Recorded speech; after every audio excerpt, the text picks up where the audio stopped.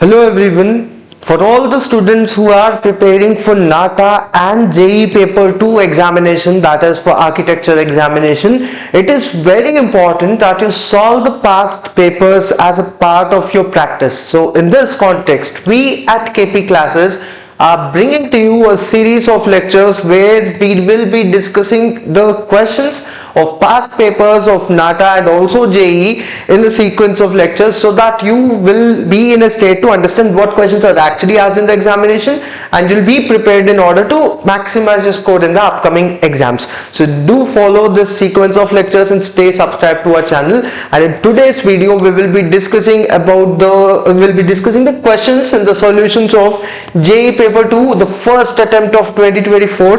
So that's the focus for the lecture for today. This is R.H. Chandar and we will be beginning with the questions of 2024 paper. Now remember one important aspect even before we start with these questions. The sequence of questions, as you are aware, in JEE Paper 2 you have 30 questions of mathematics, then you will have 50 questions of architectural aptitude and architecture specific topics, then you will have the sketching based questions. Now in every part the sequence of questions can be jumbled, so there is no particular sequence so it's not like you will have all the questions of say object visualization in the first, then you will have the questions of pattern sequence. No, that's not how it is. The questions in the examination will be mixed up. So we have tried to categorize that into groups so that it is easy for you to understand and easy for you to practice as well. So I'll be taking up these questions we'll solve all the 50 questions of architectural aptitude of the JEE Paper 2 2024, the first attempt question paper, and we have tried to compile it into sections, into topics, so that it is easy for you to relate to. So with that, let me begin with the first part, that is architectural graphics or the graphics portion. There are a few questions. So this is an area which is important for both NATA and also JEE. Questions from this part are asked in the NATA examination and also in your JEE Paper 2 as well. So I hope you are aware about it, most of the topics are overlapping for both NATA and JEE. So we will be looking into the graphics questions one by one. So let us begin with the first question. Which of the following is not a principle of design? Now, understanding the basic principles of design, if you have followed our YouTube channel, the day 1 of the 51-day course, which is already live on the same YouTube channel, you will find the lecture, and we have discussed in the topic of elements and principles of design in detail, and also we learnt about tricks how to remember it. So this was a direct question from what we studied in that lecture already. So which of the following is not a principle of design? Focal point, rhythm, unity, emphasis. Those who have studied about the principles and elements of design, I'm sure you know that rhythm, unity and emphasis, all these are principles of design. The only aspect of all the option which is not a principle of design over here, that is focal point. Focus can be a principle of design, but focal point is a particular point which might not exactly be a principle of design. So the most relevant option which is not a principle of design, that would be the first option, focal point, because focus is a principle of design but focal point not necessarily is one of the basic principles of design, whereas the other ones are. If you have checked out our day 1 of the 51-day course, for those students who are not aware about it, let me also tell you, we at KP Classes have launched a very successful and very useful course for NATA and also JEE aspirants, JEE Paper 2 aspirants, wherein in 51-day course we cover the entire syllabus of NATA and also JEE in detail by discussing every aspect of it. So you can check out the link for that course in the description of this video as well if you're preparing for the examination. So in the day 1 lecture itself, we not only learned about the principles of design, we also learned about the tricks which you can use to remember it. So there are 7 basic principles of design. We have developed an acronym BRUCE PM in order to remember the basic principles of design, which include balance, rhythm, unity and variety, contrast, emphasis, proportion, movement. So from this list you can clearly see in the options you already had. So you can see the options, rhythm, unity and emphasis. You can find that in the principles of design which we discussed, rhythm, unity and emphasis. can be called as focus, but focal point is not a principle of design, like I said. So the answer for this question is option A. And if you want to develop a comprehensive understanding of the concepts and prepare the basic principles of design and all other topics for your NATA and JEE examination, make sure to check out the link of the course in the description of the video, where we learn such innovative learning techniques and tools in order to learn the concepts and remember for the examination in a better manner. So that brings us to the next question under the same topic of architectural graphics. Like I said, the questions in the actual paper can be jumbled up. We have tried to categorize into sections and groups so that you can easily understand and learn from them. So the next question, the design elements which are associated with the sense of touch. So here they're not talking about principles. So in the design, basics of design, you have principles of design and elements of design. Both these topics have been covered in the day one of our course already. So this question is not about principles of design, but it is elements of design. What is the difference between elements and principles of design? I'll just try to put it in simple terms, but you can check out the day one lecture to know further details about it, to understand the conceptual part of it in detail. Elements of design are basically pieces of an overall design. So for example, you use words to compose a paragraph, you use letters to compose words. Similarly, you use elements to make a design. That's what elements are. Now the arrangement of elements in a particular manner, that is called as, or what should be the basic rule based on which you will arrange those elements, that is principles of design. That's a basic understanding. However, this question they're asking about the elements which are not which are associated with sense of touch, elements which you can understand by touch. That's the question. Texture, shape, form, pattern, shape, form, pattern, texture, shape, pattern, texture. So if you look into the options, you can clearly understand that they're talking about 4 elements in this overall say options. They're talking about texture. Texture for sure involves the sense of touch. Then you have shape and form. Shape and form are very much similar, the only difference being shape is associated with 2-dimensional aspects, 2-dimensional elements. Form is associated with 3-dimensional elements, both of which, however, you can feel and you can understand them with touch. So they are also associated with touch. Now the only thing here, they're talking about pattern. So firstly, pattern is not an element of design at all. There are again 6 basic elements of design. You can check out the lecture to know in detail. But pattern is something which is associated with the principles of design. This is not associated with elements of design. If in the list of principles of design, you have rhythm, right? So rhythm is also referred to as repetition. So pattern is associated with this. Pattern is associated with the principle of design of repetition. So pattern, repetition, rhythm are similar, not exactly same, but are associated with one another. So pattern should not be an element of, it is not, leave alone sense of touch, it is not even an element of design. So whichever options you have, the remaining 3, that will be the correct answer, not the pattern. So option 1, that has texture, shape and form, so that would be the correct answer for this question on architectural graphics. The next one, again another question from graphics. So you see there are 3 questions in the JEE paper 2 2024 paper from the subject of graphics.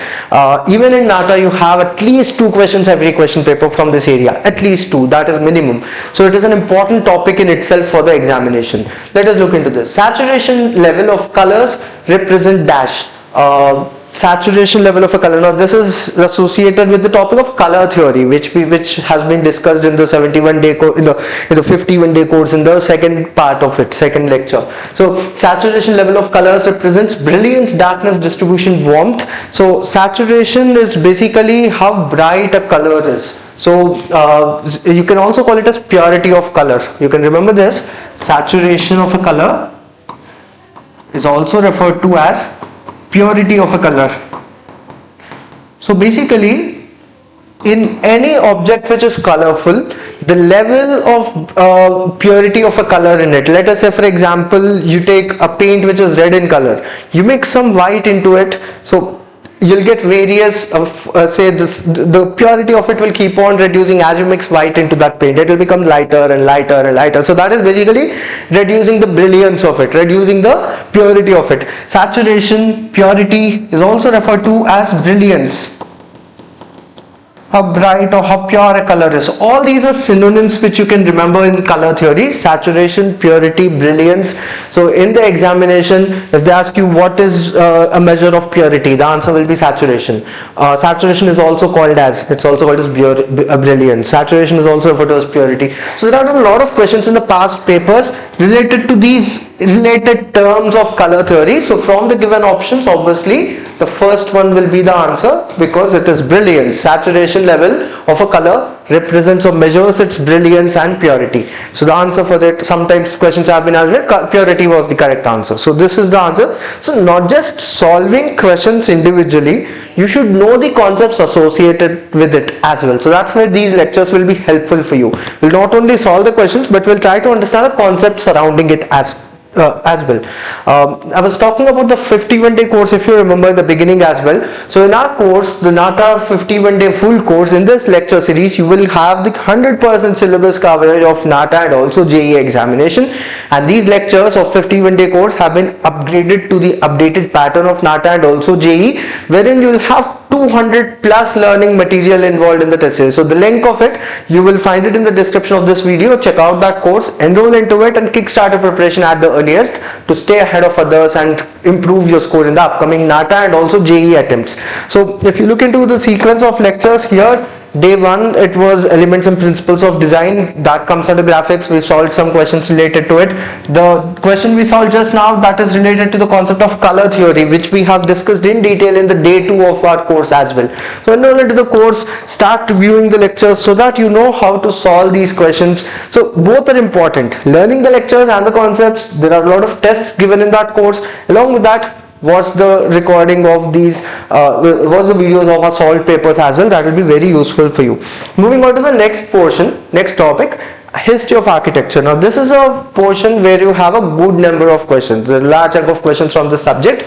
Let us take up the questions of history of architecture from the past JEE examination, paper 2 2024 first attempt. Stay tuned with our YouTube channel for viewing the further videos of second attempt and also NATA question papers, past papers in detail. So this is a question from history of architecture. Identify the name of a monument. So a picture is given and they're asking us what is the name of this building. So for those who have attended the lectures, I'm sure you remember and you can recall in the lecture I've pointed this, I've made a note of this point multiple times. Not just learning, but try to visualize and remember the images, because there are picture based questions as well where they'll ask you the name of an important building, particularly in history, both in JEE and also NATA examination. So this building which you see over here, this is a Roman building, an iconic temple of Roman architecture which comes under the classical era of history of architecture. This structure is referred to as Pantheon. To give you a broad idea on it, some important pointers, not just remembering and identifying the building. When can you remember? Any building you look at it, when can you remember the name of it and the location? Only when you know some basic details of it. So let me tell you some basic details about this building, what you see over here in this picture, that is Pantheon. That way, any other associated question you get in the exam, you will be able to answer. However, let us see if Pantheon is in the options. The Great Temple of Karnak, Parthenon, Cathedral of Pisa and Pantheon. Obviously Pantheon is in the option, so the answer for this will be 4. So let us look up some details about this particular structure, Pantheon. First and foremost, it is located in Rome. Second point, it is made out of mainly concrete. It is a concrete structure and it is most famously known for the dome on top of it. I'm sure you know what a dome is. Dome is a type of roofing element which is like a hemisphere, half of a sphere, and the Pantheon's dome is also, it's not just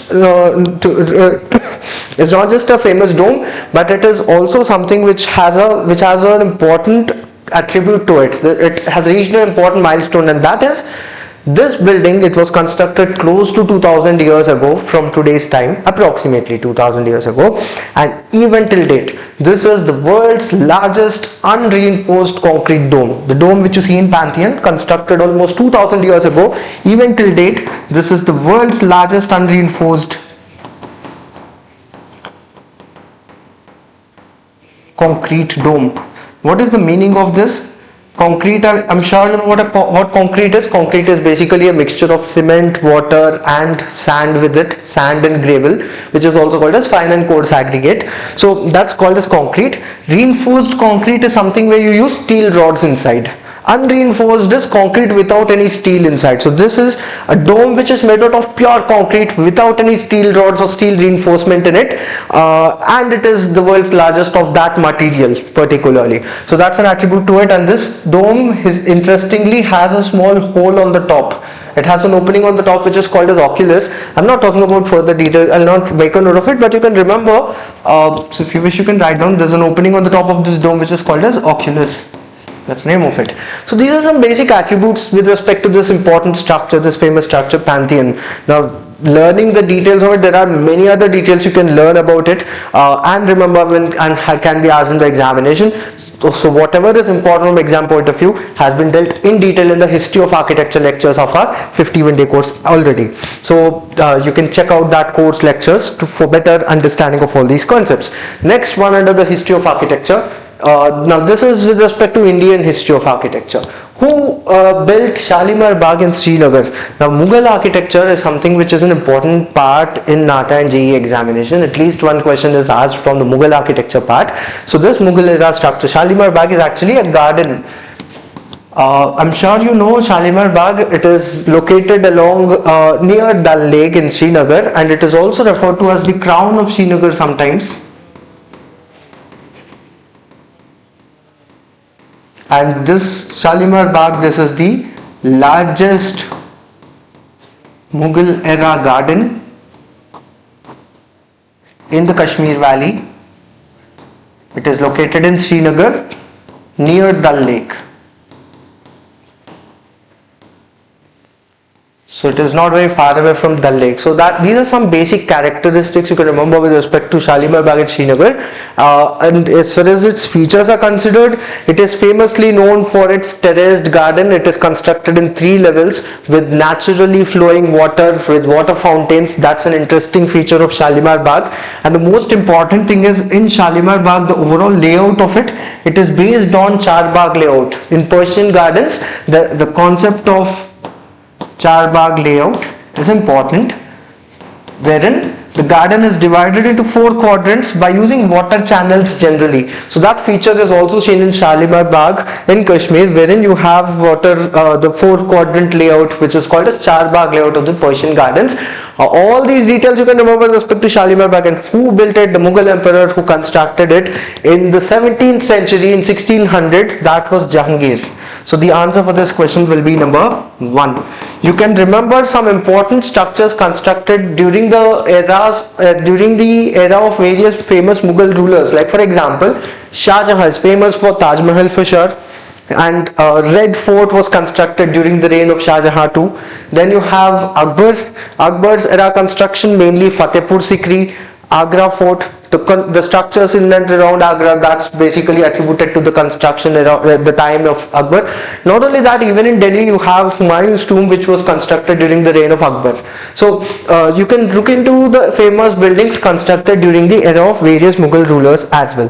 This is a picture of how Shalimar Bagh looks like. It is a very famous Mughal garden known for its for its beauty, referred to as crown of Srinagar. One of the largest, it is the largest Mughal garden of Char Bagh layout constructed in Kashmir. So these basics you have to remember, constructed during the reign of Jahangir. However, structures which, like for example, the structure which you see over here, this is referred to as the Black Marble Pavilion. This was added later on during the time of Shah Jahan. So it was used by multiple Mughal rulers. Shah Jahan was the one who is referred to, who is associated with the construction of this Black Marble Pavilion, but the overall garden was laid down during the time of Jahangir itself. So the correct answer will be option 1 for this question. So this is how you should prepare. You have to read about the other options, read about the surrounding aspects of a concept that will reinforce your knowledge with respect to the preparation for the upcoming exams. The next one, Who built the Moti Masjid and Red Fort at Delhi? Again, that's a question related to Mughal architecture. The Moti Masjid is a part of Red Fort. Actually, Moti Masjid is made out of white marble. Red Fort, as the name suggests, Red Fort is majorly made. We've studied in detail Red Fort and its architecture in our 51-day course already under History of Architecture lectures. So Red Fort is something which is predominantly made out of red sandstone. And I already told you the Mughal era ruler under whom it was constructed. It was constructed during the time of Shah Jahan. But the Moti Masjid part, which is a part of the Red Fort complex itself, that was constructed by Aurangzeb, not Shah Jahan itself. But Red Fort is constructed by Shah Jahan. But Moti Masjid, that is a part of the Red Fort, was constructed by Aurangzeb. And with respect to Moti Masjid, why is it called as Moti Masjid? It is basically a pearl mosque. If you translate it into English, that's mainly because it is made out of white marble. This is the only major structure which is completely made out of white marble within the Red Fort complex. All the other structures predominantly are made out of red sandstone. Even Diwan-e Khas, some parts of Red Fort you might have marble, but Moti Masjid is a white mosque referred to as Pearl Mosque, completely made of white marble, constructed during the reign of Aurangzeb. Other rulers, like I said, Akbar, important structures during his reign include Fatehpur Sikri, Agra Fort, Humayun's tomb. These are the buildings you have to remember under Mughal architecture associated with Akbar. Qutubuddin Aibak was not a Mughal ruler at all. Qutubuddin Aibak was the slave dynasty ruler. He was the one who established the first Delhi Sultanate, and he was associated with the construction of Qutub Minar, which is within Delhi but not a Mughal structure. It is much before the Mughal era. Anyways, so the answer for this question would be Aurangzeb.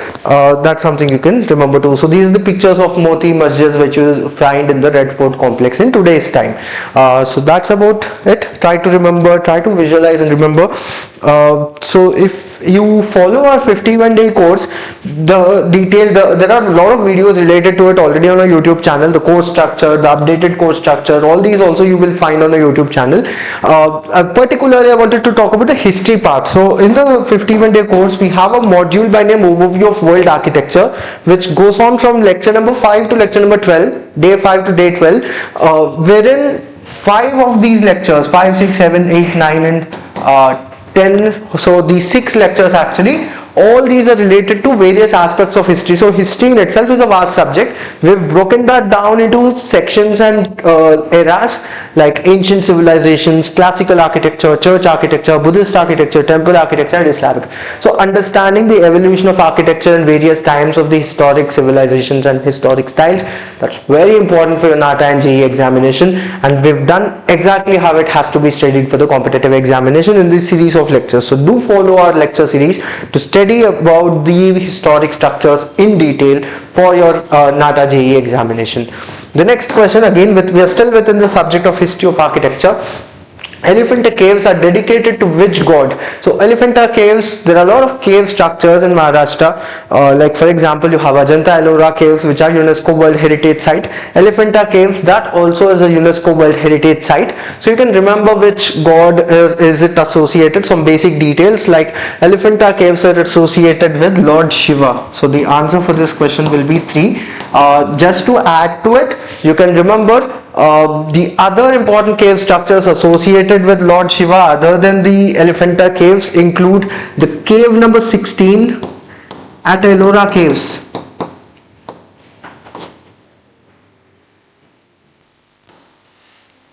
Cave number 16 is basically the largest cave structure. Why are we using the word cave? Because all these are rock cut structures, cut out of rocks. So the largest cave at Ellora caves is cave number 16, which is also referred to as Kailasa temple. The alternative name to it is Kailasa temple at Ellora. That is cave number 16, largest cave structure. That also is associated with Lord Shiva itself. So that's also some other cave temple you can remember other than Elephanta caves, which is also dedicated to Shiva. For other gods, mainly for Buddhist architecture, Ajanta caves are mainly known for the Buddhist architecture. The caves at Ajanta are all of Buddhist architecture. At Ellora you have a combination. There are a few Hindu caves, Jain caves and also Buddhist caves as well at Ellora. But Ajanta caves are Buddhist caves predominantly. So such aspects. So this is a picture of the interior of the Elephanta caves, where you have different forms of representation of Shiva, Lord Shiva, in the form of Natraj, that is in the form of god associated with dance. There is a representation of Shiva in the form associated with meditation. So there are various representations of Lord Shiva inside Elephanta caves. So the answer for that would be Shiva. The next one. Again under history of architecture it is. We are almost towards the end of the questions of history of architecture. A gigantic chariot with elaborately carved stone wheels, pillars and walls are the characteristics of dash. So which of these structures they're asking is in the form of a huge chariot with huge wheels. I'm sure you all know it. It is also printed onto the currency notes of a country. So the structure, the temple which has carved stone wheels and pillars, that options, let us see the option. Dilwara Jain Temple. Dilwara Temple is a Jain temple actually. Konark Sun Temple, Golden Temple which is in Amritsar, and Meenakshi Temple which is in Madurai. You can remember the locations actually, that can be helpful for you. Meenakshi Temple at Madurai, Golden Temple in Amritsar, Konark Sun Temple obviously is in Konark which is in Odisha, and Dilwara Temple is in Rajasthan. So basically the correct answer for this question would be the Konark Sun Temple, option number 2. Rajasthan, Gujarat is very famously known for the Jain temple architecture, wherein you have this Dilwara Jain temple also falls into that category. However, the temple which is carved in the form of huge say chariot, that is Konark Sun Temple, which is not a functional temple anymore. You can find the pictures of all the 4 temples which are given in the options over here. This is the Golden Temple at Amritsar, Meenakshi Temple at Madurai. This is the Konark Sun Temple. You can see those huge stone wheels carved onto the surface of it. This is dedicated to the sun god with a huge chariot and huge wheels. So that is the answer for the given question. What is over here? This is the Dilwara Jain Temple located in Dilwara. So the next one. Identify the famous building given in this picture. Again, identification based on the picture.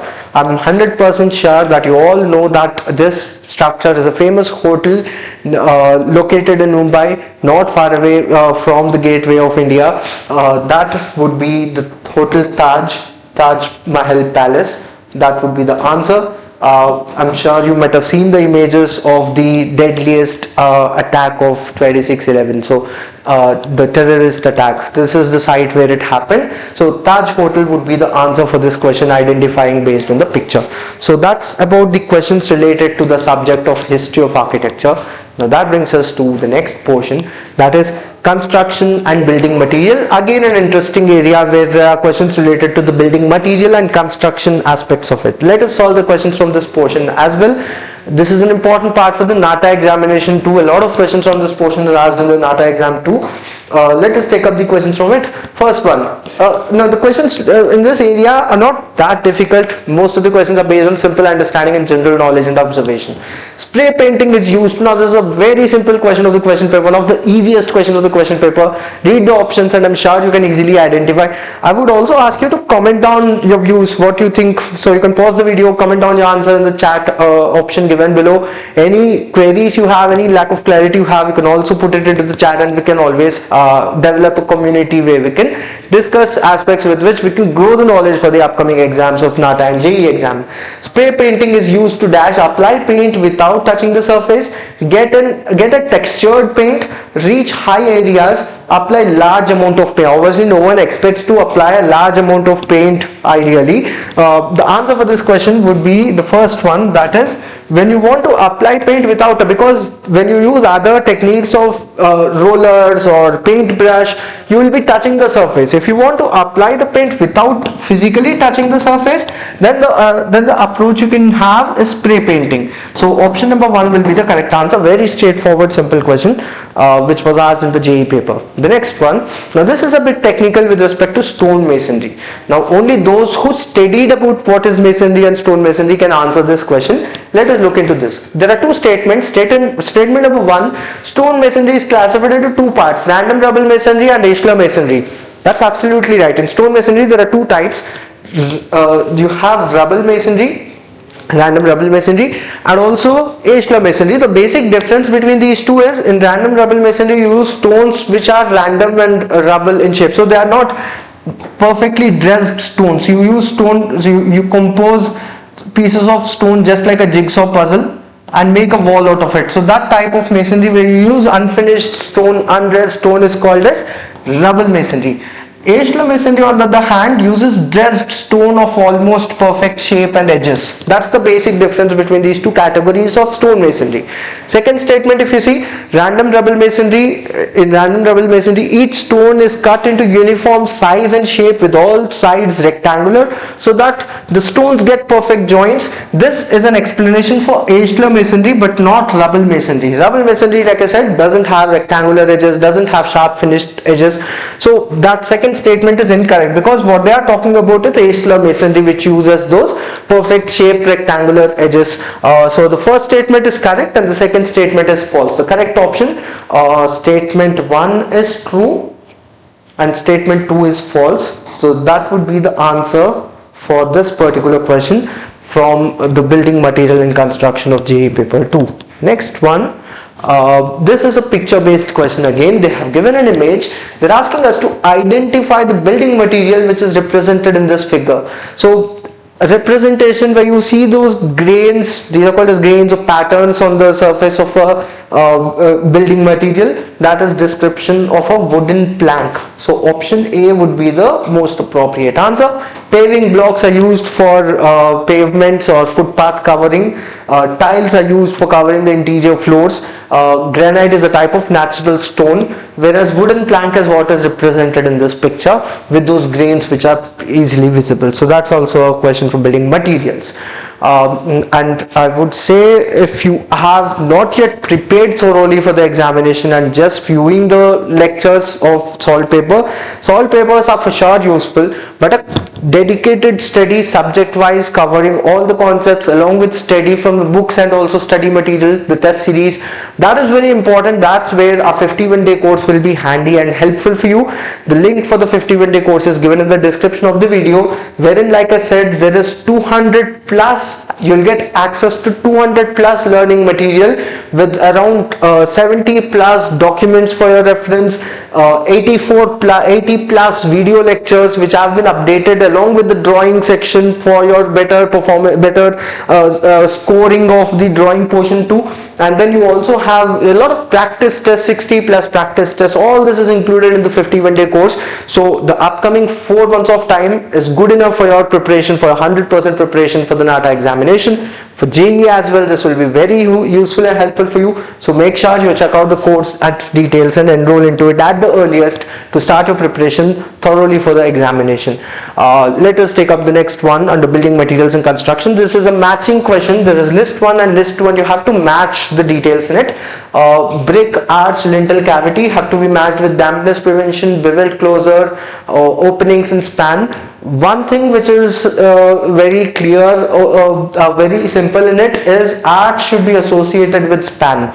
What is span of an arch? In arch geometry, there are two important terms.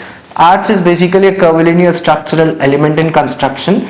The overall clear say width it covers over, that is called a span, and the vertical height to which it rises, that's called as rise of an arch. So rise and span are terms associated with an arch, and the correct answer for arch would be for sure span. So for B, you can answer such matching questions even if you know one actually. You can try to eliminate the other options. So one thing we are sure of till now is for B it should be 4. For B4 you have only one option actually. So you can right away, even if you know one, even if you know the arches for span, just has to be paired with span, you'll get the marks already by selecting 4. Let us discuss briefly the other cases as well. Brick is so with respect to brick you have bevel closer. Bevel closer is a type of cut brick. So when you use a full brick in construction, you cannot always use a full brick only in the overall construction of a wall. Sometimes you might need to break it into half, sometimes you need to cut it into two pieces at an angle. So bevel closer is one of the type of a cut brick where one of its edge is cut off. So that's a cut brick, so that's related to brick. Then you have lintel. Lintel is a structural element, smaller version of a beam basically. In construction buildings, horizontal structural elements are called as beams. Lintel is a horizontal structural element generally provided on top of windows, doors or openings. So lintel is associated with openings basically. Lintel is constructed, so basically if you construct a window or a door, you cannot place bricks on top of an opening. You cannot construct a wall directly on an opening. How will they be supported? To support those bricks, you lay a lintel on the top. So lintel is that structural element which is laid above the openings to take the load of the wall on top of it, if there is any wall on the window or a door.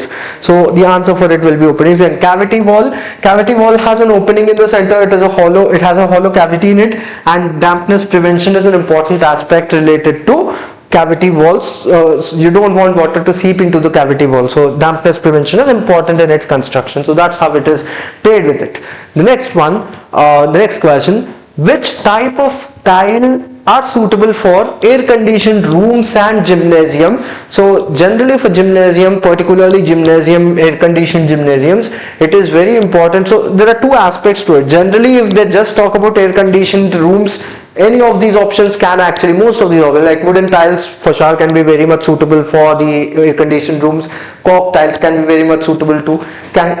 Ceramic tiles are something which are very strong and durable and used in interior spaces widely. So almost any option can be correct. But if you look into the other part, that is gymnasium, that's a specific type of building now. What is a gymnasium? It is a space which is used for exercises, for physical activity, and it is very important to have a floor which is very resilient in such cases. So the most favorable tile from these, so generally in gymnasium, rubber based floor tiling is preferred. So from the given options, cork would be the most appropriate answer.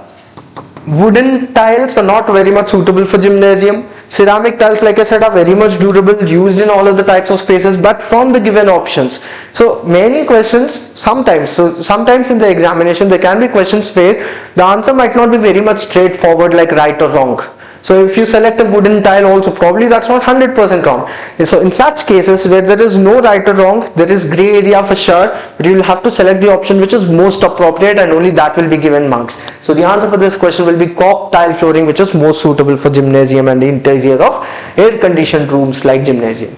The next one: before plastering, the surface has to be. Now this is a very simple logic based question. What is plastering? When you construct a brick masonry wall or a stone masonry wall, particularly brick masonry, if you are applying a mixture, a plaster, what is plaster? It is generally made out of cement mixed with fine sand and water. It is applied as a top layer on top of the brick wall. So they are asking what should be the type of surface onto which plastering is done. Plastering can properly stick only if it is a rough surface. So polished, smooth obviously cannot stick it to the wall. You cannot polish a smooth or you cannot plaster a polished or a smooth surface. Cemented also is not appropriate. Rough surface is something which will hold the plaster onto the surface of the wall, and that's the most appropriate answer for this question. The next one, again from building materials and construction: how is load transfer? This is a very interesting question.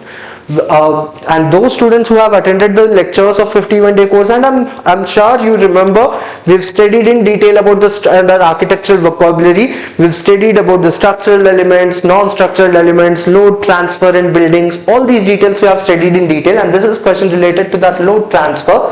Load transfer from superstructure to the substructure. Now what is superstructure, what is substructure? These definitions individually we have covered in architectural terminology lectures already. So how is the load transferred from the superstructure to the substructure? Substructure is basically below the ground. So the load transfer always is in this sequence. From the slab is supported on top of the beams, and from the beams load is transferred to the columns, and from the columns the load is transferred to the foundation. Foundation is that part of the building. Now this is where you go below the ground level. Above the ground level you have these slab, beams and columns, that is superstructure. Substructure, below the ground level you have foundation, and finally that load goes to the earth. So that's the sequence: from the slab to beam, then column, then foundation, and then earth. I'm sure there will be an option with this particular sequence, and that will be the answer for us. They have marked it as A, B, C, D over here. So slab will be the first, the answer will be B. From slab it is A, that is beam, then the column, that is E, and then foundation, that is C, and finally earth, that is D. So the answer is BAECD. BAECD is given in the third option. That would be the answer. If you are able to answer, that is wonderful. So in this course of lectures, you can pause the video, write down the answers. Once we explain, you can see if you're doing it correctly or wrong. That will help you understand where do you stand, or do you require a lot of further efforts for preparation. You'll understand that, and that's also important in the course of your preparation. The last question of building materials and construction topic. Concrete is a mixture of. Incidentally, we've discussed this concept of concrete as a material just a while ago when we were discussing about historic structure. I'm not talking about it, but I would ask you to comment it down into the chat if you remember. That will really encourage us. Also, if you're able to understand or not, I'll get to know about it. So just recall and think about a historic structure. In this lecture series, in this lecture, we have discussed a building wherein we discussed about concrete and what it is, and I talked about concrete as a main material in the construction of that building. So comment down the name of that building in the chat option below. So concrete is a mixture of the options. So concrete, basically it is a mixture of cement with sand, gravel and water. This mixture is called as concrete. In this, sand is also referred to as fine aggregate because it is that aggregate which is fine in size, small particles it has. Gravel is called as coarse aggregate. C-O-A-R-S-E. It is not coarse with U. It is coarse. C-O-A-R-S-E. Coarse aggregate. Coarse aggregate is larger size particles. So fine aggregate has small particles, fine particles are fine. Gravel, that is larger size particles, you find it in coarse aggregate. So cement, sand, gravel and water, or cement, fine aggregate, coarse aggregate and water, that's the mixture. So cement, coarse aggregate, fine aggregate and water, that is given in option number 4. That would be the correct answer for this building materials question from the first attempt of JEE 2024 paper 2. Now we are moving to the next subtopic, that is projection and views. To solve these type of questions, it is very important that you understand the projections as well as what different objects look like when viewed from a certain angle. For example, if we take into consideration a cuboid. If you look at this particular cuboid or a cube from top, it is going to look like a square. If you view it from this angle, you will see a rectangle forming over here. From this angle, you will see a rectangle. So it is very important that you understand what any particular image will be formed. For example, if you are viewing a cone, what you will be able to see from the elevations is a triangle, and what you will be able to view from the top is a circle, but you will find that it is, since it is tapering upwards, you are going to see a dot in the middle of this particular circle. Similarly, if we are talking about a cylinder, you will be able to view a circle if you see the cylinder from the top, and you will be able to view rectangles if you see this cylinder from any elevation. Okay, the understanding of this is very important. Now let's say that this is the cube or a cuboid that we are talking about, and you are viewing this cuboid not from the arrow or not from an angle to view the absolute side, but somewhere in between. For example, let's say you are viewing it from this angle. What do you see? You see this surface not forming a square but a small rectangle. Even if this is a cube, you will not be able to see a square in this case. What you will see is a rectangle. Again, a rectangle. This is side 1, this is side 2. So what you will be able to see is some part of side 1 and some part of side 2. Okay, so this understanding is very important. Please make sure that you practice these type of questions very properly, and as much as you practice, you will be thorough with that and you will be able to answer in the exam very correctly. Moving on to the questions of 2024 based on this particular topic. The question would be common for each of these. Either they will give you an arrow and ask you to figure out which of the which of among these, which of the option given is correct. So that is the first type of question that can be asked. Second type of question that can be asked is identify the top view. Now not many times, but a few times we have seen that arrow is not given. Okay, in that case what you should do is you should be able to identify also that which side are we talking about. Okay, now moving to the first one. The question figure shows the 3D view of an object. Identify the correct top view amongst the answer figures. Okay, top view meaning the arrow is going to come somewhat like this, and if the object is there and you are viewing it from a top or from a bird's eye view or from the aeroplane or just from the top, what are you going to see? Now from the top, what is the surface that you will be able to see? The top surface for this, the top surface for this one, the top surface for this one. Again, these top surfaces you will be able to view. Now first of all, there has to be one rectangle or a square here. This is continuing, this particular face is continuing, so you have a rectangle, another square over here. Now in elevation or from the top view, the level difference is there. Okay, because of this level difference you will have a line over here.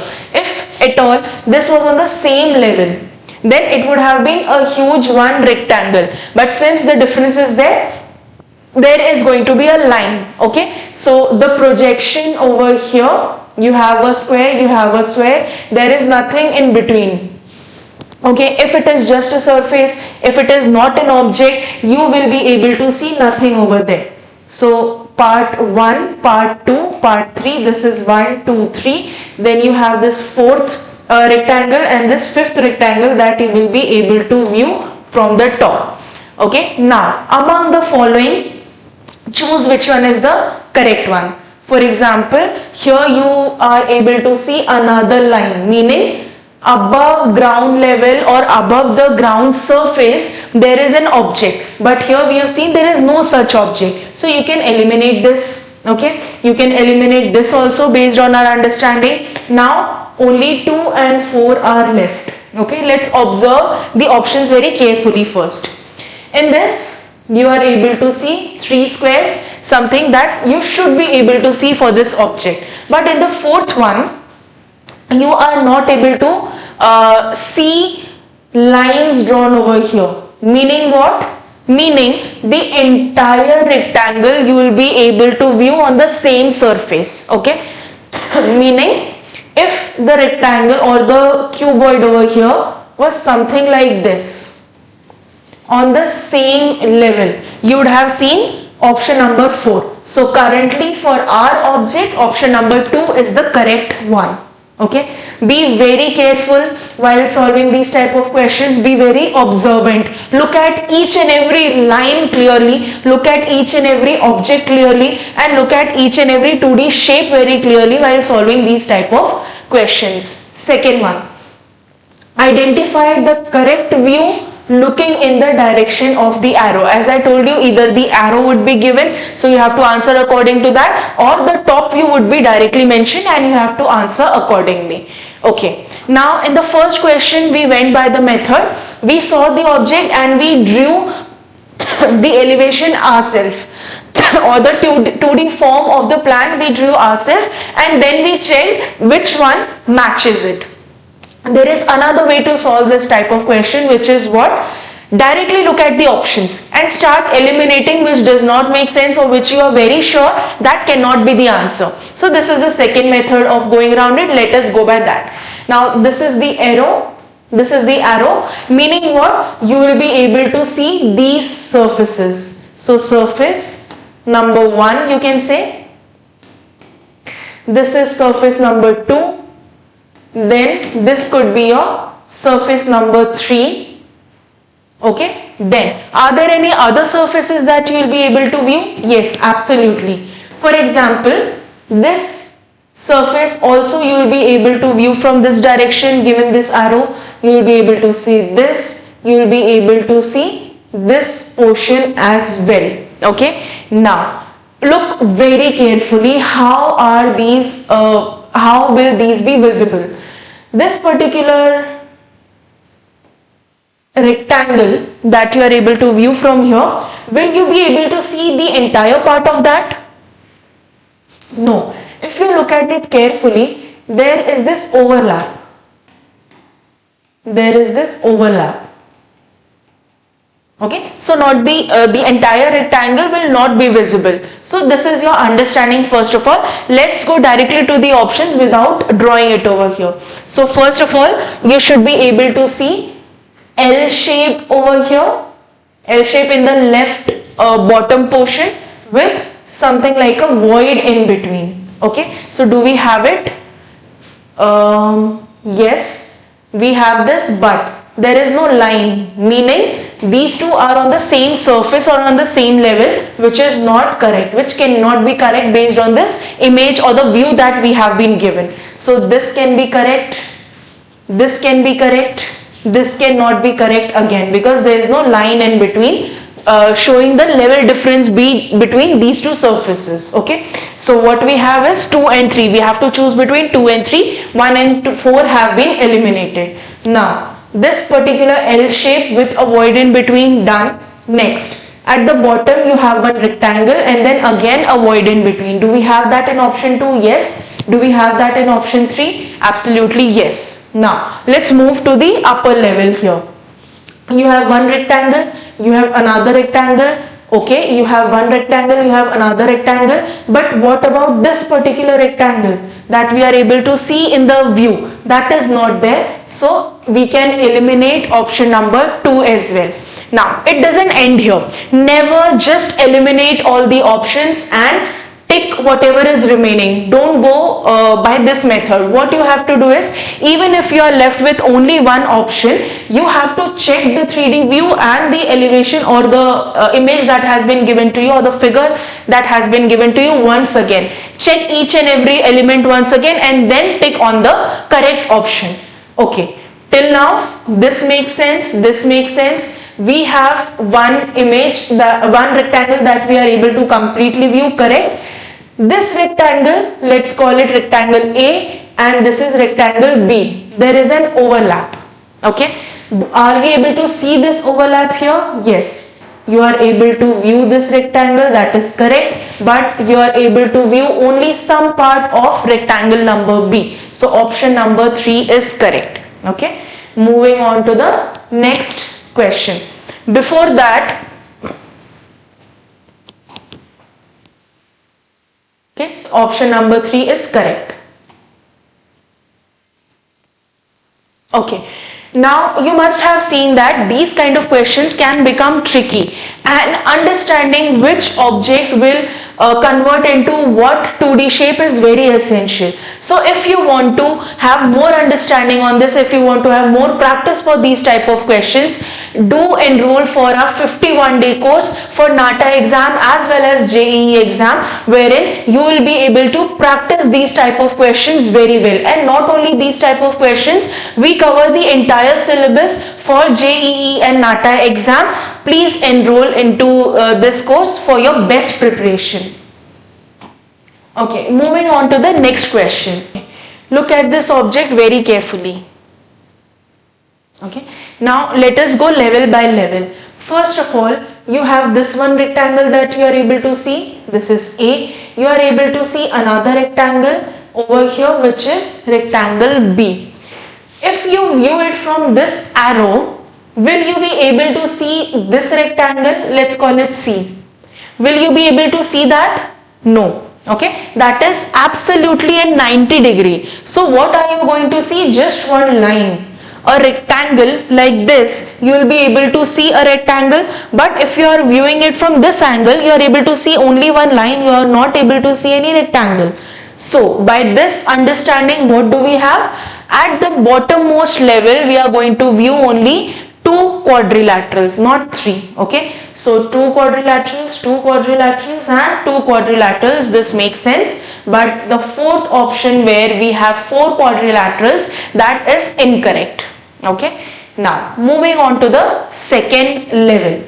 Okay, you have this element, let's call it element number 1, and what you will be able to see is this particular rectangle. Okay, this is 1 and this is 2. Now if we are viewing it from this angle, we are not able to see the triangle. What we are able to see is this quadrilateral, that is 1, and we are able to see another quadrilateral, that is 2. Okay, at two different levels, so there is going to be a line in between. So this is something that you will be able to see on the second most level. Let's check for these options. Option 1, you do not have a line in between, eliminated. Option 2, you do have a line in between, so again a tick mark on option 2. Option number 3, again you do not have a line in between, so eliminated. So option number 2 as of now we can say is correct. Okay, then what is happening on the third level? You will be able to view this inclined rectangle. Let's say this is surface Z. Okay, and if you look at the horizontal level of this is coinciding with element number 1. Okay, so we have that. We have this coinciding with element number 1 and we are able to view only one surface. So option number 2, double assure, is correct.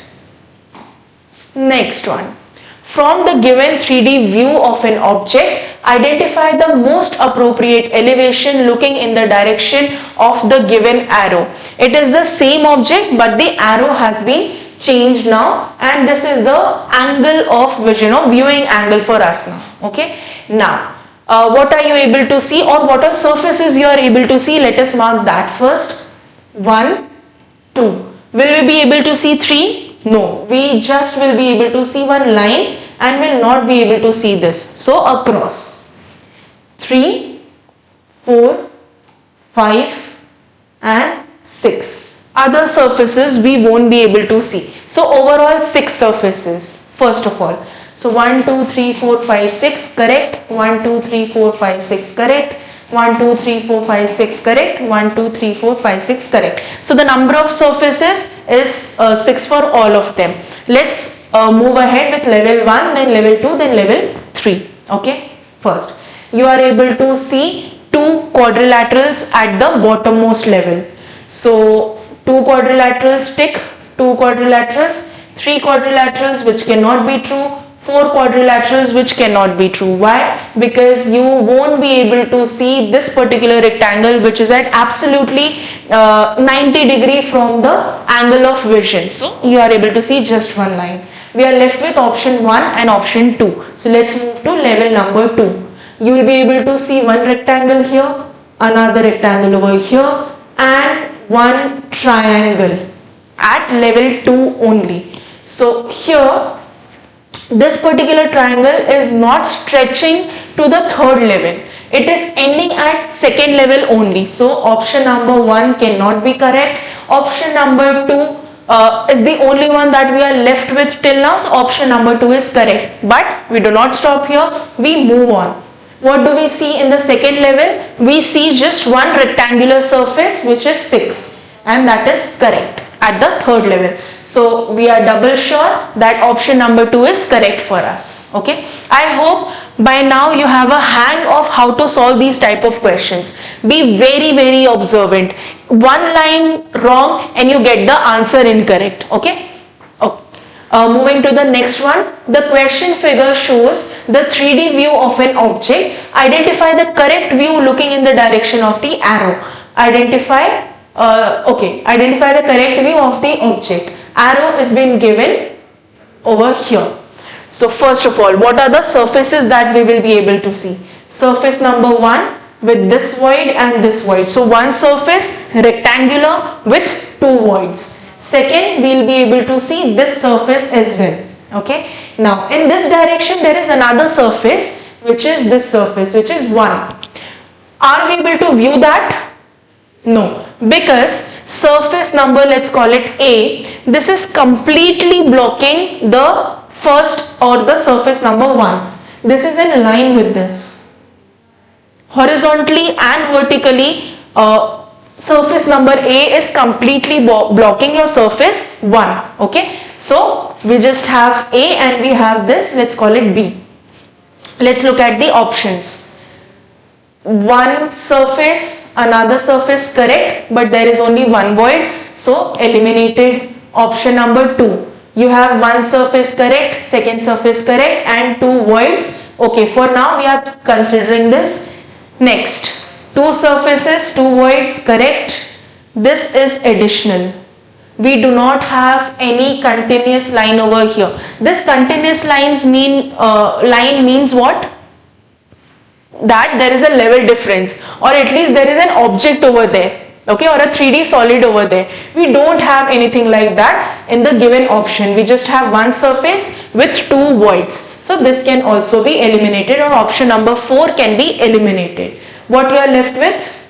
3 and 2. Now how to choose between these two? Look at the size of the void and look at the position of the void. What are you able to see? This looks correct, but this elongated void looks wrong. Okay, you do not have this on the same level that you are able to see over here. The two voids, or the topmost level of the two voids on the same level, we do not have something like that. Okay, so even 2 can be eliminated and your answer is 3.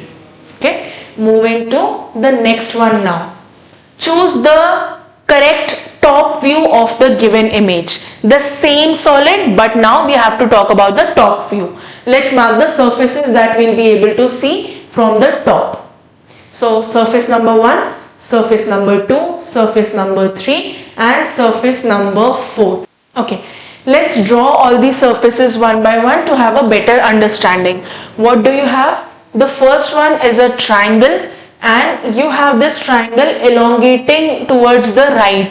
Okay, it's not an equilateral triangle, it's a 90 degree, it's a right angle triangle, but elongating towards the right.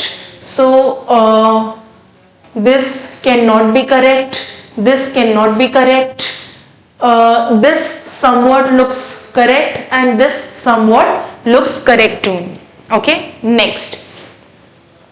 Let's look at shape number 2. What do you have? After this, you have it moving downwards.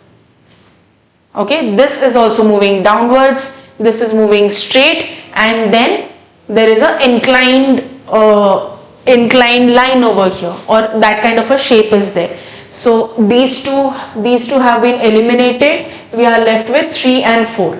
Now the ending point of shape 1 and 2 is same, whereas here you have 1 over here, 2 over here, but there is no line. Okay, so this also becomes incorrect. Let's look at 4. This resembles shape number 2. This is the line from the triangle, then you go down 90 degree, correct, then you move 180 degree, and then join these two by an inclined line. So option number 4 so far looks correct, and we are only left with option number 4 so far. But as discussed, let's check once again. Okay. Next one. 3 is going to look like a rectangle. Okay. The point where 1 and 2 join, your 3 starts. Okay. And another point where you have surface 2, you have the continuation of the third surface. So this is what it should look like. We have one rectangle over here, so again correct. Here you have this looking like a square, so this cannot be true. Here you have two quadrilaterals or two squares, even this cannot be true. This is correct for your surface number 3, but let's look at surface number 2. What is happening? You have something like a parallelogram over here, which is not correct in case of surface number 2. So 1, 2, 3 eliminated. Fourth option is the correct one for us. We have double checked it as well. Now just left with 4, so let's check for that as well before moving on to the next question. This is the shape that you should be getting for 4, which is correct. You move straight, so this line and this line. U is parallel or in the same line, so this is correct. You move down from third surface, this is also correct. You move at 90 degree from the surface, correct, and then you join these two by an inclined line. or inclined line over here. Okay, so correct. Option number 4 in this case is the correct one.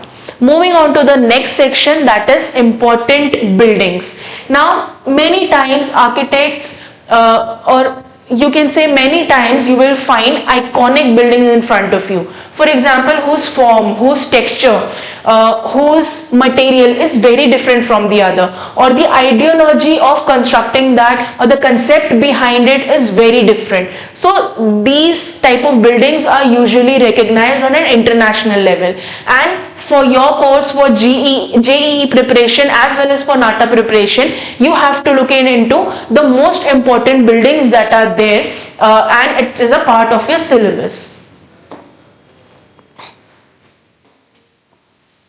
Okay, so now we move on to the next one, that is important buildings. What are these important buildings and why are they called important? First of all, many times architects construct something which is very unique, which is very peculiar. For example, they can come up with a whole new concept of designing, something that you have never seen before. They come up with a shape or a form or use a kind of a material that was never used before, use certain colors which were never seen before, and so on. So many important buildings which stand, you can say, very different from the others are usually recognized on an international level, and you have to study the most important buildings for your NATA and JEE preparation. Now let us look at the kind of questions that were asked in 2024 based on this particular section. Which of the following is a shell structure?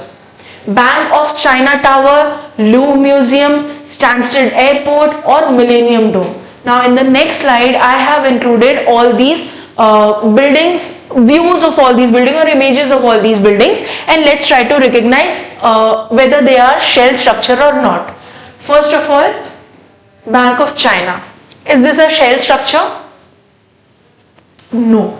You have the Louvre Museum. Does it look like a shell structure? No.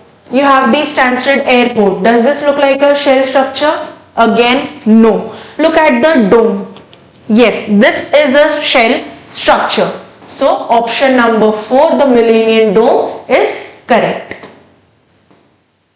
So first of all, you not only need to know the iconic buildings, but you also need to know the structure, you also need to know the material, and you also need to know who the architect of that particular building is. Okay, next, match list 1 with list 2. Now the places are given. Many times places are also asked. Okay, now let's say you've never heard of Rilla Monastery.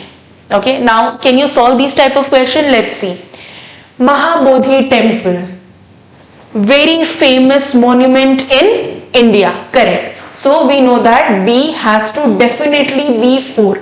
Let's see if elimination method helps us. Okay, B is 4. So this eliminated where B is given as 1. Second, B is 3. Again eliminated. We are only left with option 1 and 2 where both you have Mahabodhi Temple given as India. Okay. Next, you will see that Wadi al-Hitan, okay, which is option number C. This is situated in Egypt. Okay, and Valletta is situated in Malta. Okay, and Rilla Monastery is situated, so sorry, B becomes 4. Yeah, so Mahabodhi Temple, this is 4. So Rilla Monastery is 3 in Malta. Okay, so option number 1 is correct. Next, Hiroshima Peace Memorial Museum in Japan was designed by, so name of the architect is asked. The correct answer is architect Kenzo. Next, match list 1 with list 2. Habitat 67, Falling Water, Grecken Tower, and Fisher House. Again, very important and very iconic buildings of that time. Okay, you have to match it with whom? List 2 gives you a list of architects. So who designed for these houses? So one very famous building is the Falling Water, and you should know that Falling Water was designed by F.N. Wright. Okay, so B is 1. let's see if we can go ahead with elimination method. Yes, option number 3 and option number 4 cannot be correct. We are left with 1 and 2, that is B1. Let's go for the next easiest one, that is Habitat 67, which was constructed by Moshe Safdie. Okay, so A is 2. In option A and in option 1 and 2, we have option number 1, which is correct. A is 2. Next, Grecken Tower was designed by Norman Foster and Fisher House was designed by Louis Kahn. Okay, there are many iconic buildings or many important buildings that you must be aware of if you want to score a good rank in NATA and JEE exam. So in this 51-day course that I have spoken about, in this we cover more than 100 buildings. We talk about the material, we talk about the concept, we talk about the structure, we talk about the place, and we talk about the architect. Not only this, but in this particular important buildings of India, we also tell you this particular information in the form of a story, so that it is very easy for you to remember in the day of the exam as well, because there are so many buildings that you need to remember. There are high chances that you will get confused, especially since one architect works on n number of buildings, and you can have not just 2 or 3 important buildings of a given architect, that can be multiple. So there are high chances that you will get confused. Even if you are talking about a particular place, let's say Spain, there are not just 2-3 important buildings that were constructed in Spain. So there are high chances that you will get confused or you will not be able to remember. So in this 51-day course, you will be able to see that we explain everything in detail and we make it very easy for you to remember. So without any further delay, please enroll into this particular batch if you are targeting a very good rank in your NATA and JEE exam. Rest assured, this preparation will be made very easy for you. Okay, moving on to the next one. Match list 1 with list 2. Tower Bridge, Torii, Stonehenge and Patronus Tower. So let's say you have not heard about all of these. You must have heard about Stonehenge at least. Okay, so see, what does it look like? It look like 2. So remembering the images are also very important over here, we have seen. So C is equals to 2. Next very important one, that is Patronus Tower, D3. Okay, D3. Now let's say you have never heard about a Tower Bridge, and let's say you've never heard about Torii. Can we solve this?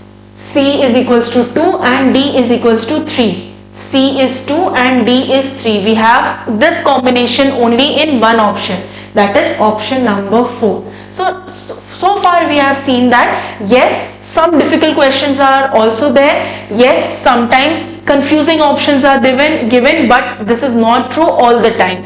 So you have to work hard, but you also have to be very observant and you have to be very smart. If you are not able to understand everything, go by the elimination method. That is the trick that will enable you to get better rank. Next, who designed the Sydney Opera House? It was designed by John Utzon. Okay, now let's say there are so many study materials available online. There are so many websites from where you can get the previous year questions. Okay, how you have to prepare for NATA and JEE based on all the material that you are getting online. First thing, let me give you a few points. First thing, who designed Sydney Opera House? What is Sydney Opera House? Where is it located? Maybe you know that, okay, the architect is John Utzon. Just don't tick and move ahead. This will not help you in these type of questions. Okay, follow this. Look, read the question carefully, write down the keywords for the question. For example, Sydney Opera House, keyword number 1. John Utzon, keyword number 2. Then you have Jan Gill, Black, English 3 and 4. Okay, go online or read books, search about Sydney Opera House. Where is it? What is the concept? What is the material used, etc. Okay, then maybe John Hudson is the second keyword that has caught your attention. Look into his works. Are there any design principles that he often uses? Are there any more iconic buildings that he has designed for, and so on? So go into the depth of each of these questions. Okay, now you cannot leave these three options. Maybe in exam 2026, in 2025 exam, maybe you get an iconic building of this architect. Then what will you do? Okay, so be very mindful while solving these questions, and be very mindful in grasping the information that you see. Next, identify the building material primarily used for cladding in Lotus Temple. So the answer is marble. Marble has been used as a cladding material in the Lotus Temple. Next, famous tassel house was designed by whom? So the correct answer is Victor Horta. As I already told you, your work doesn't end here. You know that Tassel House was constructed or designed by Victor Horta, correct. But look into the other names as well. Mies van der Rohe. Is he an architect first of all? If yes, are there any iconic buildings that he has designed, and so on. So we end with this particular subsection over here. Okay, now moving to the next type of questions. Sequence and series. Sequence and series. Okay. So identify the correct figure to complete the sequence. Step number 1. You have to first check what is the pattern in the given example. Then you look at the option being given to you, and from the options, either by eliminating method or by directly identifying the correct answer that should be coming, and then identifying the correct answer from the 4 options, you have to solve these type of questions. Now, the example that has been given to you is first image with 2 triangles, and this 2 triangles changes to 3 triangle and a line. So what is changing, or what is the pattern that we are able to observe? 1 triangle gets added. So you can say the basic component, 1 component of this particular image is a triangle. So 1 component is getting added. Along with that, there is an addition of 1 line. Okay, now the question that has been given to you is 2 rectangles and then 1 line is there. So what should be ideally happening? The component, that is a rectangle, that should get added. Along with that, another line should get added. So you have 2 rectangles. Instead of 2 rectangles, you should have 3 rectangles, and then 1 line is already existing. You need another line into this. So 3 rectangles with 2 lines should be the ideal answer for this question. 3 rectangles with 2 lines, correct. 3 rectangles with 2 lines, but on the left side. So this cannot be the correct answer. You have 3 rectangles with 2 lines again towards the left side, so cannot be the correct answer. And then you have 3 rectangles with 3 lines. Ideally, you should be getting 2 lines. Okay. So again, this is a wrong answer. Answer number 1, this is correct for this question. Next one. Now this is not a design aptitude or something to do with graphics. This is numerical value that has been given to you, and you have to complete the series. So how do you proceed ahead with these type of questions? You try to understand the pattern. Okay, so between 10 and 30, what do you have? You have 20. Then between 30 to 68, you have 38, and so on. If you look at the gaps in all of these, you will see that it's not following arithmetic progression, it's not following geometric progression, and it is not following any exponential projection. Okay, so what series or what pattern is there behind this is 2 cube plus 2. Okay, so 2 cube is 8 plus 2 is 10. This is the first one. Now the second one, 3 cube plus 3. 3 cube is 27 plus 3 gives you 30. Okay, this is the second number that you have. Next, should ideally be 4 cube plus 4. Okay, so are we getting 68? Yes. 4 cube is 64 plus 4 is 68. So it is confirmed that it is following this pattern. Now after 2, 3, 4 and 5, what should be coming? This is first, second, third and fourth. Okay, So what should be coming over here is 6 cube plus 6. So 6 cube plus 6. 6 cube you know is 216 plus 6 will give you 222 as the answer. Do we have that in the option? Yes. Option number 4, that is 222 is the correct answer. Now just to be double assured, just to recheck, you can solve for 350. Check whether 7 cube plus 7 is 350 or not. That will give you confidence that yes, your understanding for this particular question and the answer that you have got is correct. Okay, next. Moving to mirror image, and this is one topic, mirror image, and another topic which is odd one out. Let's solve the questions related to these type of questions. First, identify the figure which is odd from the rest of the figure. You already know what odd one out is. Let's directly go to the question. So you have 9 cubes, 9 squares in each of these, not cubes, squares in each of these. Now the pattern that is there is due to the hatching and the place of the square that has been hatched over here. So let's observe that. This has been hatched, this has been hatched. Here the center square has been hatched. Here you have 3 squares that have been hatched, and here you have 4. So what pattern is it following? First of all, you have 2 here, 1 here, 3 here, 4 here. So 2, 1, 3, 4. So it's not following any pattern, first of all. Second, is it in the middle? Is it in the corners? Is it in the side? What is happening? You have the first two in the middle. You have the second one in the middle and on the left side, and the fourth one which is on left side and the right side. The 4 corners are there. So again, no visible pattern. Next, are you able to find any symmetry or any mirror image over here? Yes, if you draw a line of symmetry here, you are able to draw. Here also you are able to draw a line of symmetry from the middle. Here you are not able to draw a line of symmetry from the middle. Again, in the fourth one, you can draw a line of symmetry from the middle.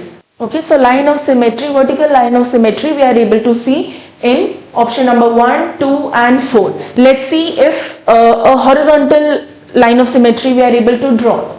Yes, we are able to draw a horizontal line of symmetry, horizontal line of symmetry. So in the third one you are able to draw a horizontal line of symmetry too, and in the fourth one as well. So if you consider all these options in this, a horizontal line of symmetry you will be able to create in all of these. So there is no odd one out considering that. So going back to our understanding where we were drawing a vertical line of symmetry. So based on that, option number 3 is odd one out. Another method of solving this which would be true again is, in all the options except for 3, no hatched squares are touching each other. For example, here these are not touching each other. Here you just have one hatched square is not touching one another.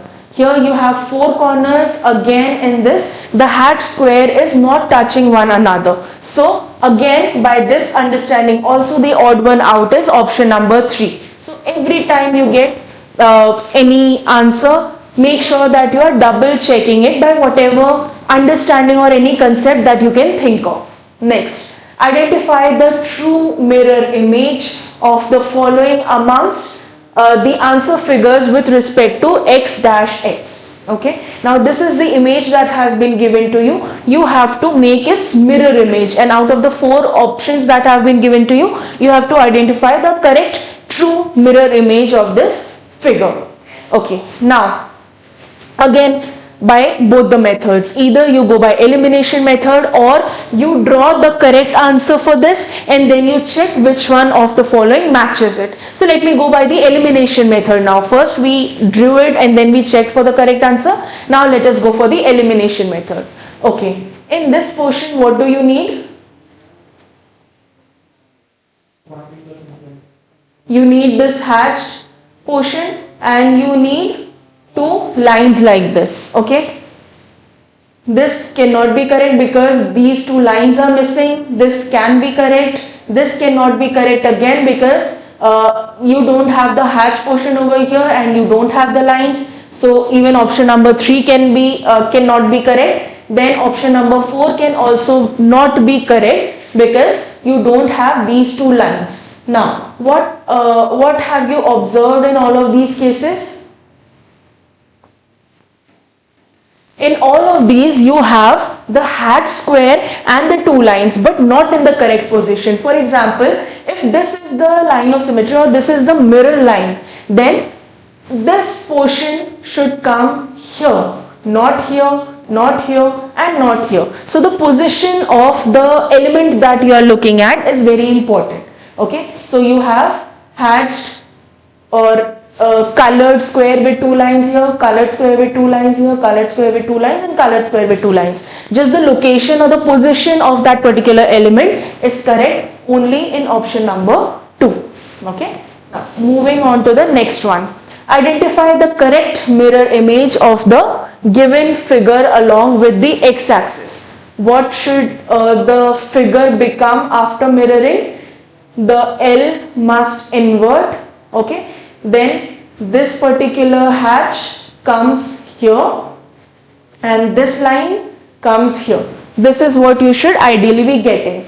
So option number 1 can be correct, option number 2 cannot be correct because this particular area is not hatched. Any triangle or any portion within the L shape is not hatched. Okay, it's the middle part that is hatched. So option number 2 cannot be correct. Option number 4 also cannot be correct because this diagonal line that you are able to observe, it's not in the top portion, it's in the bottom portion. So option number 4 can also not be correct. Option number 3 again can be correct. Okay, now a very important thing over here. Option number 1 and option number 3 both look alike, doesn't it? Okay, so now both of them cannot be correct. This is not a MSQ kind of a question. In JEE you get MCQ kind of question where only one answer is correct. Okay, now what is the trick? Why are we able to see option 1 and 3 both as the same? You have to observe each and every element very carefully. Now if the question is very easy, many a times they ask you something which has minor thing you have to observe in that to identify the correct answer. Okay, now if you look closely into this, first thing you will observe is the hatches or the lines of the hatch are not equally placed. What does this mean? The gap between these hatch lines are not equal. So are you able to observe any you can say dissimilarity in this? Yes. If you look closely, the line or the hatch that is exactly in the middle, that is touching this particular point. Okay, in that what you are able to see is the next line has more gap. Okay, so next line towards the top, if you look at the original image, you will see that the middle line and the top line has more width in between. Okay, and here if you observe carefully, the gap is there. Okay, the gap is there, but in option number 1 the gap is correct, which is between the gap is more between the middle line and the line above it, whereas in option number 3 the middle line and the bottom line has more width, or there is more gap in between the middle line and the bottom line. Okay, this is one difference that is there between option number 1 and option number 3, and based on what originally has been given to you, option 1 should be correct. Okay, another point of observation, this line is bold in option number 3 but is correct in option number 1 as per the original image being given to you. So among 1 and 3, option number 1 should be correct.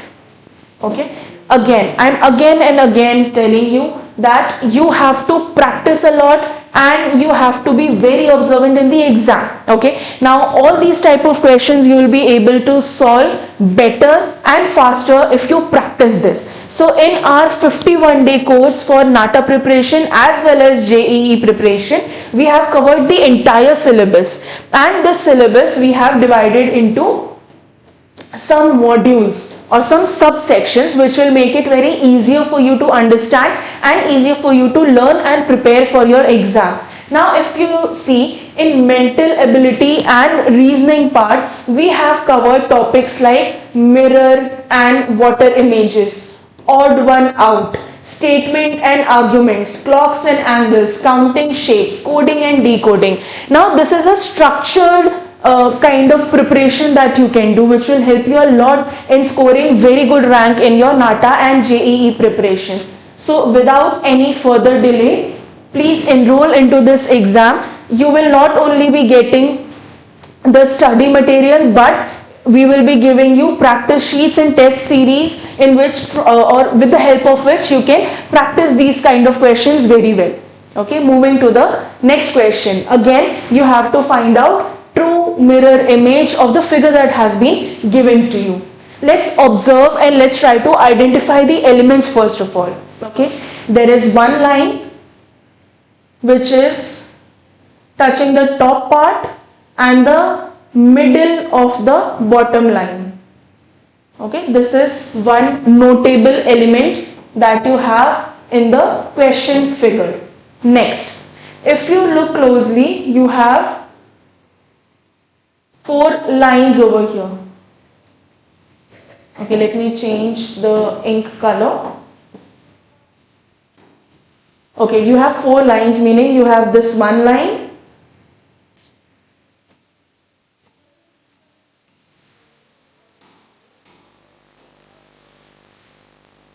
one, 2, 3 and 4. Okay, so these are 2 elements that are easily identifiable to us. Let's see if we can eliminate the wrong answers based on these 2 first, and then we'll move on to the more complex elements if we are not able to solve by these one. Okay, so first of all, how should the triangle be? The triangle, after mirroring it, should be formed something like this. So option number 4 you can directly eliminate. Okay, next let's move on to this line. From the top to the middle of the bottom line, okay, top to the middle line, correct, top to the middle line, correct. So none can be eliminated based on this element. Next, these 4 lines that you have. So you have 4 lines here, you have just 3 lines here, so 2 eliminated, and you have 4 lines here, correct. Now we have to check something else so that we can eliminate one among option 1 and 3.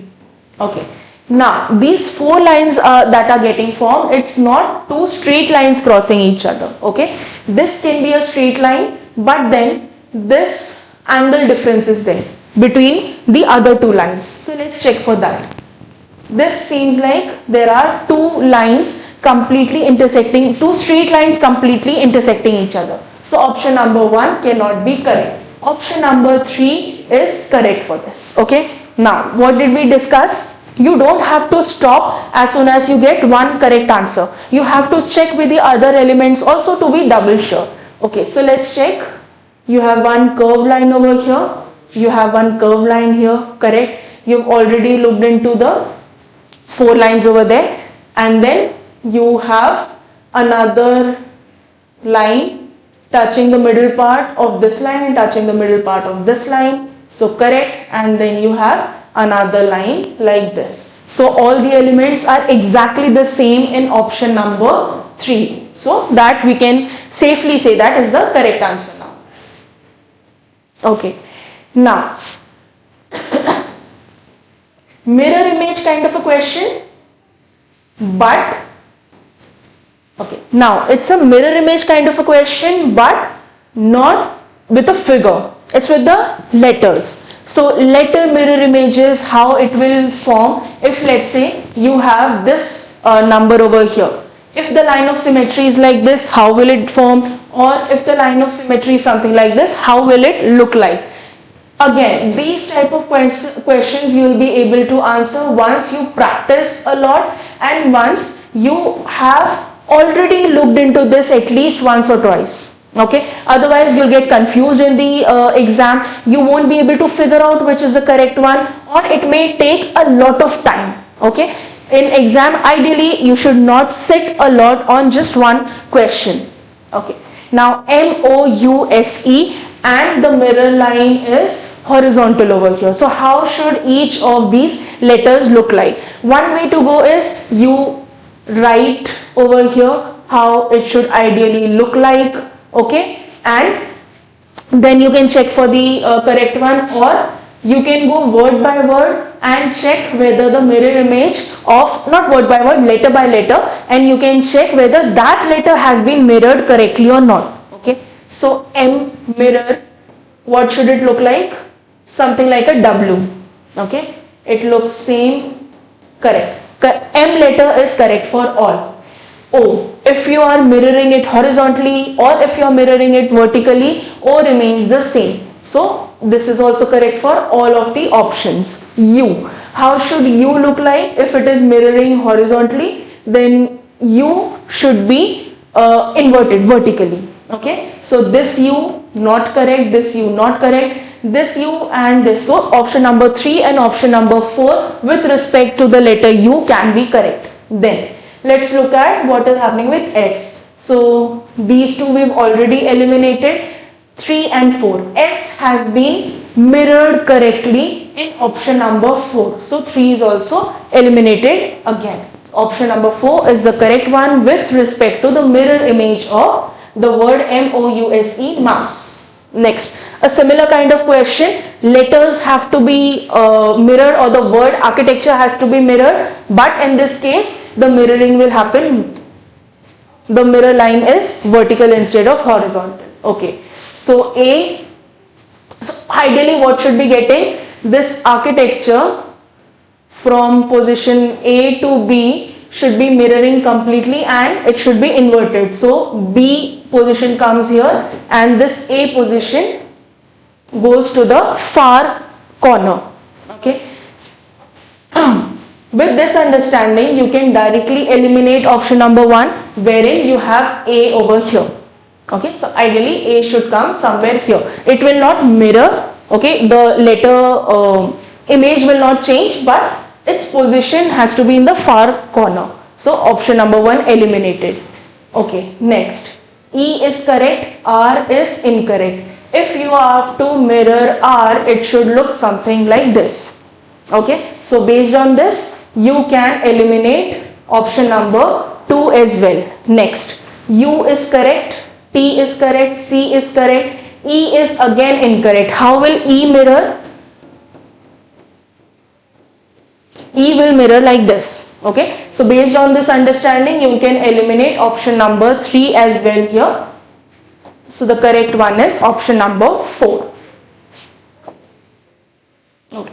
The next type of question, that is folding, unfolding. Usually not a lot of experimentation is done in these kind of questions. There is some shape, either a rectangle or a square or a triangle or a circle, which is folded either once or twice or thrice or 4 times, and then some void is created in that. So after unfolding, how will you be able to see the revised image? This is usually what is asked. Okay, again the key is to observe each and every difference and observe each and every element very carefully. What is happening? You have one square being given. First you fold it, and this is the folding line. Okay, you fold it in this manner, then you fold it like this. You have to look at the arrow also carefully to understand which portion is going where. Okay, then you fold it in this manner, matlab this portion gets folded over here. Okay, you get something like this, that is a small square. Okay, then you fold it in this manner, matlab this portion is going above, well this portion is coming down. Okay, now words have been created, a circle, and here you have a triangle. When this part is unfolded to get into its original shape, that is a bigger square, how will it look like? And you have 4 options over here. Okay, one method is, let's make it very simple. Let's work on one element at a time. Okay, if we are not able to solve by this method, that is going one element at a time, then we look at the positions. For example, what do you have to do is, this is the top left corner, this is the top right corner, bottom left corner, bottom right corner.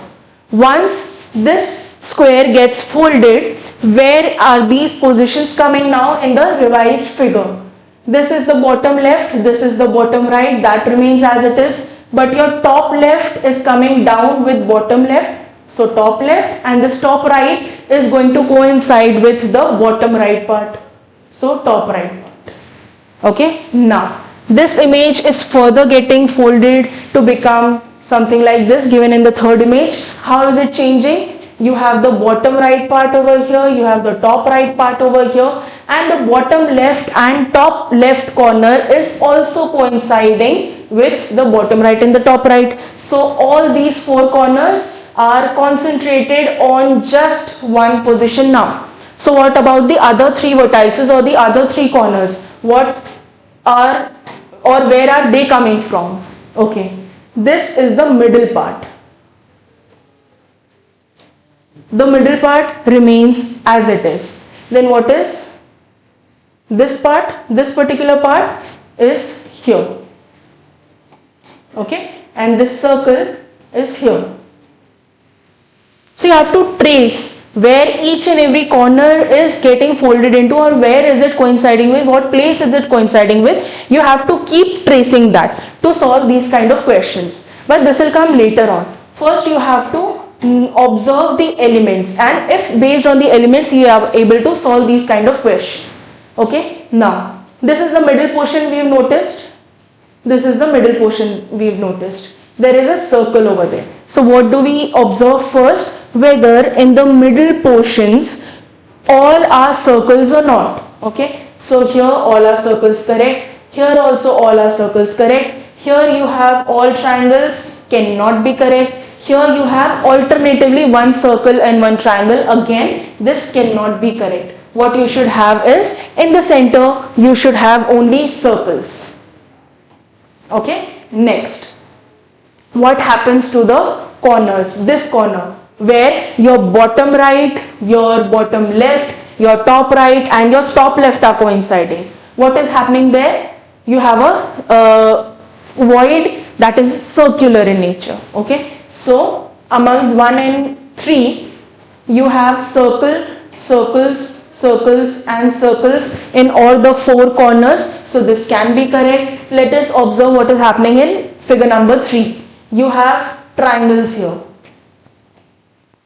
So triangles cannot be there in the four corners. Okay, so again 3 you eliminate. Option number 1 is correct. Okay, now these kind of questions will require a lot of practice. You have to not only observe, you not only have to track where each of these corners are going, but you have to solve the question correctly in very less time. This will come only if you practice well. So in our 51-day course for NATA and JEE preparation course, you have visualization of objects, which is a sub part, and in this you have 3D objects and 2D views, folding and unfolding, counting shapes and counting blocks. Now practice of all of these topics are very important, and in this 51-day course we provide you with a lot of practice questions and test series which will help you in solving these type of questions very well, efficiently and very fast, and you'll be able to get a very good rank. Okay, the next topic is environment and green building rating system. The first question under this, given below are two statements. One is labeled as assertion and the other one is labeled as reason. Assertion is denoted by A and reason is denoted by R in the two phrases or sentences that have been given to you. First, assertion A. Green buildings have a lower life cycle cost than conventional buildings. This is the assertion, or this is the sentence that has been given to you. Second one is the reason. Green buildings require less maintenance and have lower energy and water consumption. This is the reason that has been given to you. So is it correct? First of all, what does lower life cycle mean, or what does lower life cycle cost mean? Okay, then what is the meaning of less maintenance with respect to low energy and with respect to low water consumption. Let's understand this by one example. Let's say you are working on rainwater harvesting, or maybe you are working on the solar panels installation in this green building. Okay, because you have given these two things in your building, we are saying that life cycle cost is less.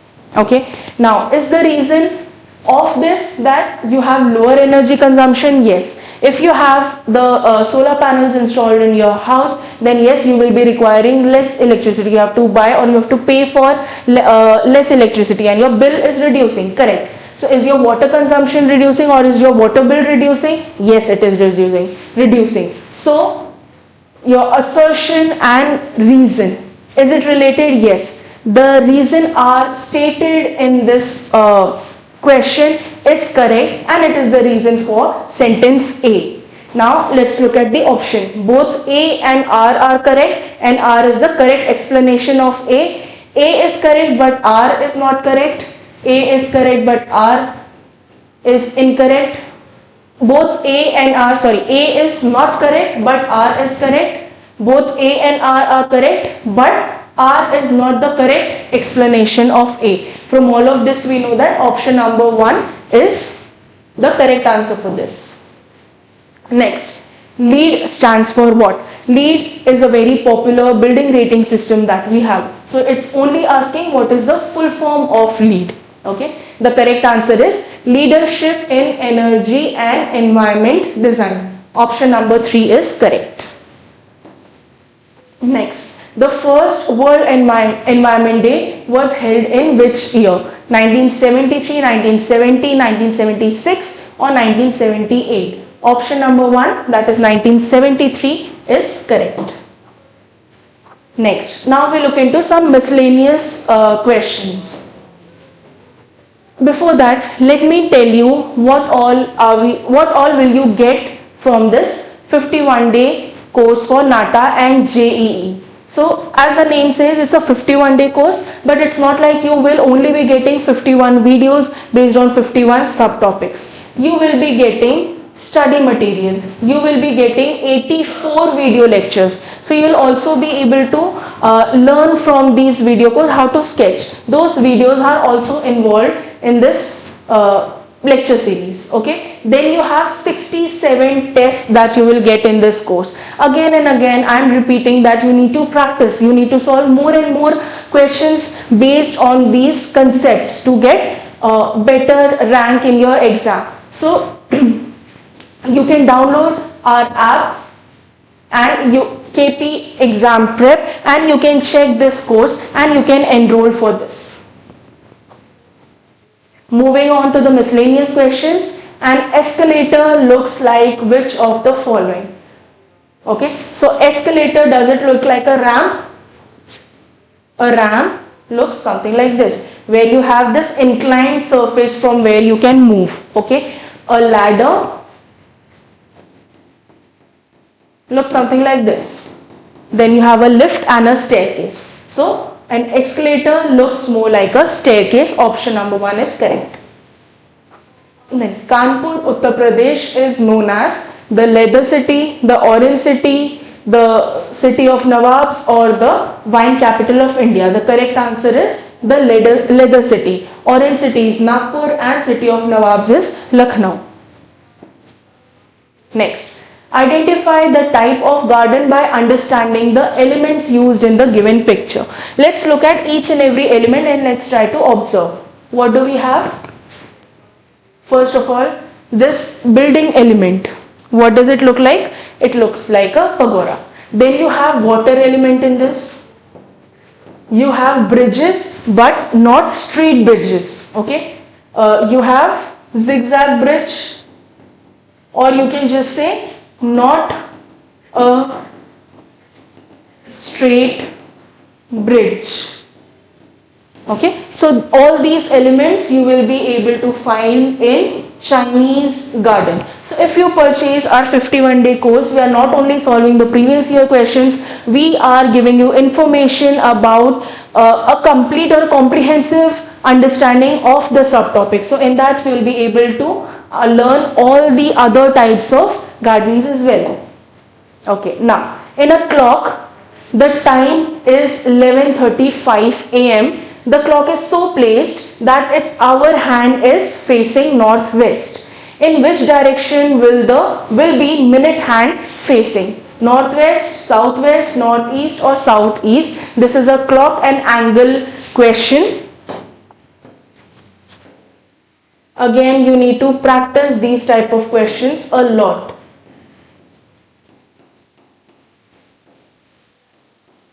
Okay. The time is 11:35. So it will be something like this. Okay. Now this is northwest part. This is going to be the southwest part. Okay. So this becomes north, south, east. This is west. This part is northeast.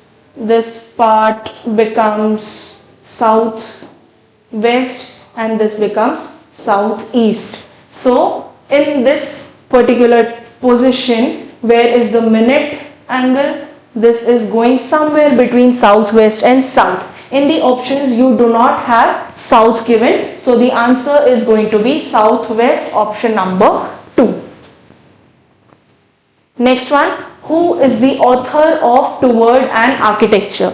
The author is Le Corbusier, who is also a very famous architect. He is planned for the city of Chandigarh as well. So an architect as well as a planner. Which of the following is not a city type? Stack city, linear city, garden city or radiant city? Okay, the correct answer is stack city, which is not a type of city. Then what is a linear city? A linear city, or this concept was given by Saryavai Mata. Okay, what does he say? Let's say there is a transportation line or there is a river which has a linear alignment. Along this you can have settlement. Okay, but this settlement cannot grow widthwise. If let's say the city has to grow tomorrow, more blocks will get added in these two directions and the expansion cannot happen widthwise. This is the linear city given by Saryavai Mata. But apart from that also, in India, if you see cities like Kolkata, cities like Mumbai, these kind of cities are also called as linear city because of one reason: they are going linearly, they are growing linearly, or the human settlement is along a river or along a shoreline, which is making it to grow linearly instead of expanding in width. Okay, then garden city was given by Ebenezer Howard.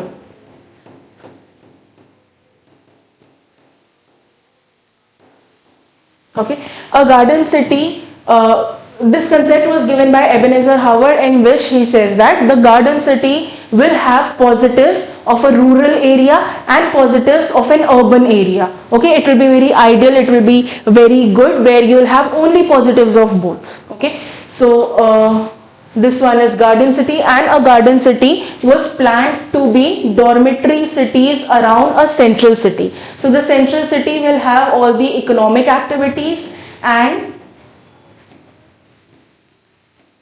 here you will have garden cities. Okay, which will act as dormitory town. What are dormitory towns? A town or a city where a person is only eating, living and sleeping. There are very less job opportunities, or there are very less economic activities happening in these type of dormitory towns, also called as commuter towns, because they have to commute to other place, in this case the central city, for economic opportunities. Okay. The last one is radiant city. The radiant city concept was given by Le Corbusier. Okay. Moving to the next question. Which of the following software is not used by architects? 3D Max is used, SketchUp is used, and Revit is also used. So STAAD Pro. This is not used by architects. Now 3D Max, SketchUp and Revit, these are usually to prepare a 3D model of any building or any structure. Here we end with JEE 2024 question paper. Stay tuned to our YouTube channel to see more questions. We'll be coming up with more solutions for more NATA and JEE question papers very soon. KP Classes. Dedicated to excellence.